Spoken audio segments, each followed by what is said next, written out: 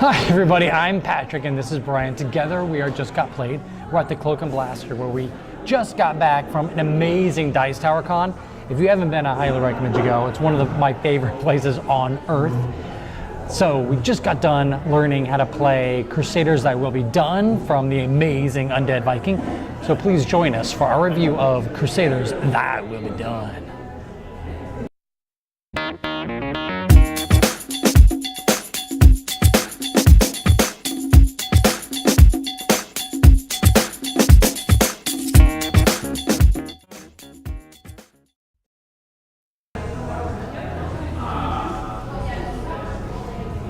Brian. Yes? Tell us about Crusaders Thy Will Be Done. Sure.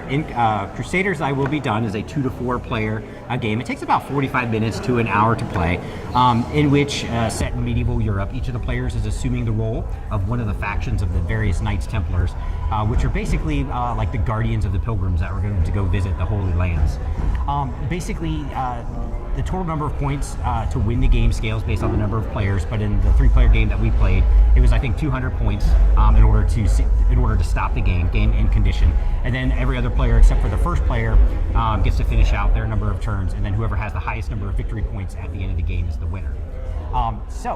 In Crusaders, basically everyone starts off with a card. Okay, and it's your knight, it's your faction. It has a super special power that you can. It usually kind of affects your rotund, or what's the wheel thing called? Do you remember that? There's like a special name for it. Anyways, it's basically, it kind of looks like a hex piece that's divided into 6 different shapes, and each one of those represents like a slice of pie, is how it was explained, or each slice of pie which contains an action on it. Now you can upgrade those slices later on by flipping them over as your action for the turn, in which then there are 2 different actions you can take during your turn. And I know that didn't sound like much, but it is remarkably helpful once you have those 2 actions. Yeah.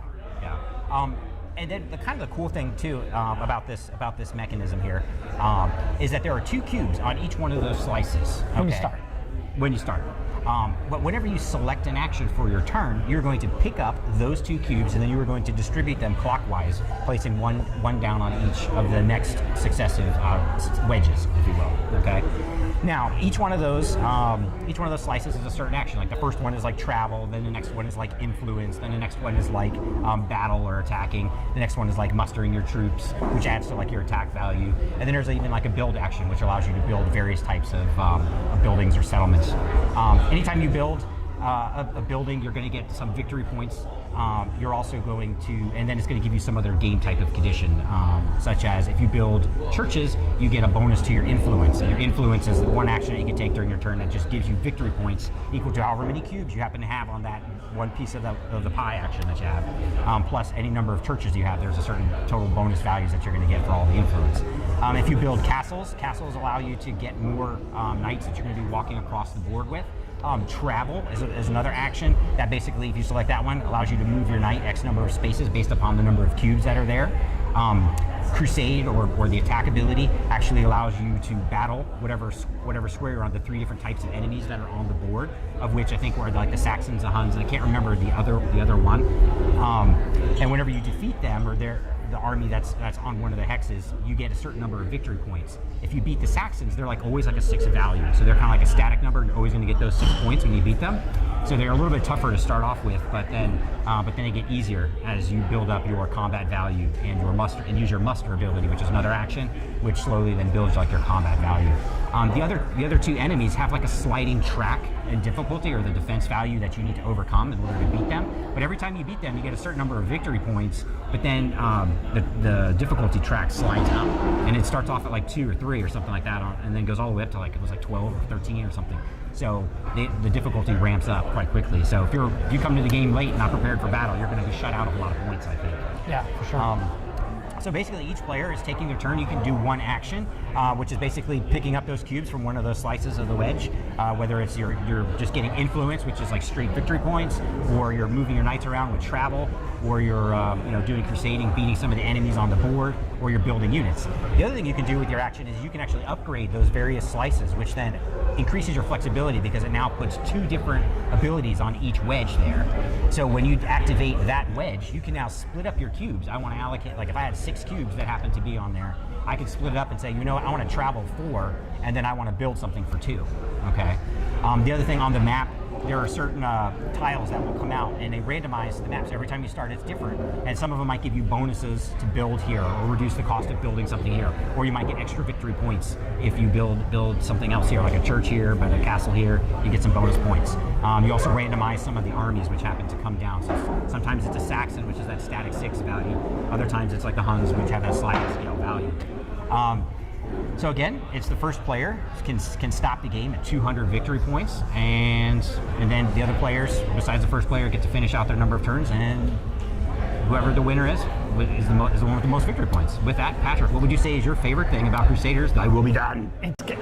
It's got to be that little action wheel. So Brian did a great job describing it, but you put these cubes on this action wheel, and every time you use it, you have to put them in a set, depending on your special ability, so that changes the rules a little bit, but generally you move those cubes, the first one goes on the next cube and the next one goes on the cube after that. So they start to accumulate in actions that you haven't used yet. So the ones that you kind of want to use right then, you've got to figure out how to get those cubes back to that one slice of the pie that you want to get the actions done on. So it's an incredibly deep, mentally labor-intensive mechanism for planning things out and figuring out exactly how you want everything. It's amazingly cool, and it's something that I really haven't seen. Almost like a programming, but not. I don't know, it's really, really cool. But that's the thing I like the most, is that little action wheel.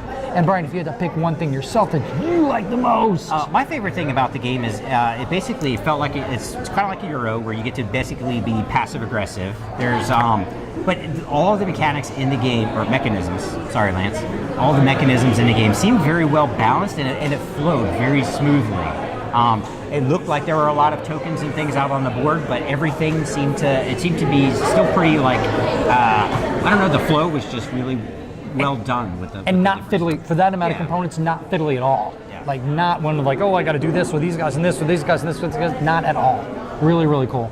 And not grinding or anything. Sometimes a lot of Euros, you're just like, adding up tons of stuff, but not this way. Yeah, so. For sure not grinding. Yeah. And there's one thing you like the least, what would you say?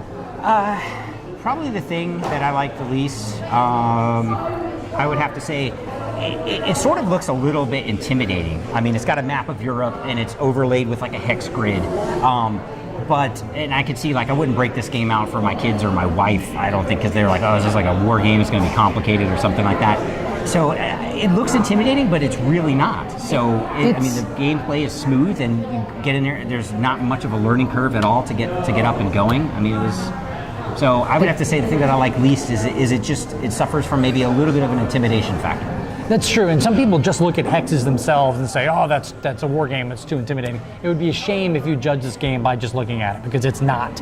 It is not difficult to chew on, not difficult to swallow. It's really good. Yeah, but what would you say is the thing that you like least about Crusaders? I will be done. It's really smooth, and that's some of the things I like, and it has enough depth for me. It really does have enough depth for me. It keeps me busy enough the entire time. Like when you're doing your turn, I may not be noticing what you're doing as much, even though I should, because it could be blocking me out of stuff. But I'm still worried about how to get my cubes to the right spot, so I'm busy the entire time. But I would say if there's one thing I had to pick, it's probably going to be that it's a historical kind of game, but it's not necessarily historically accurate, because you're playing the part of the Crusaders, so you're attacking certain cities and areas that normally, I guess, didn't happen during that particular time.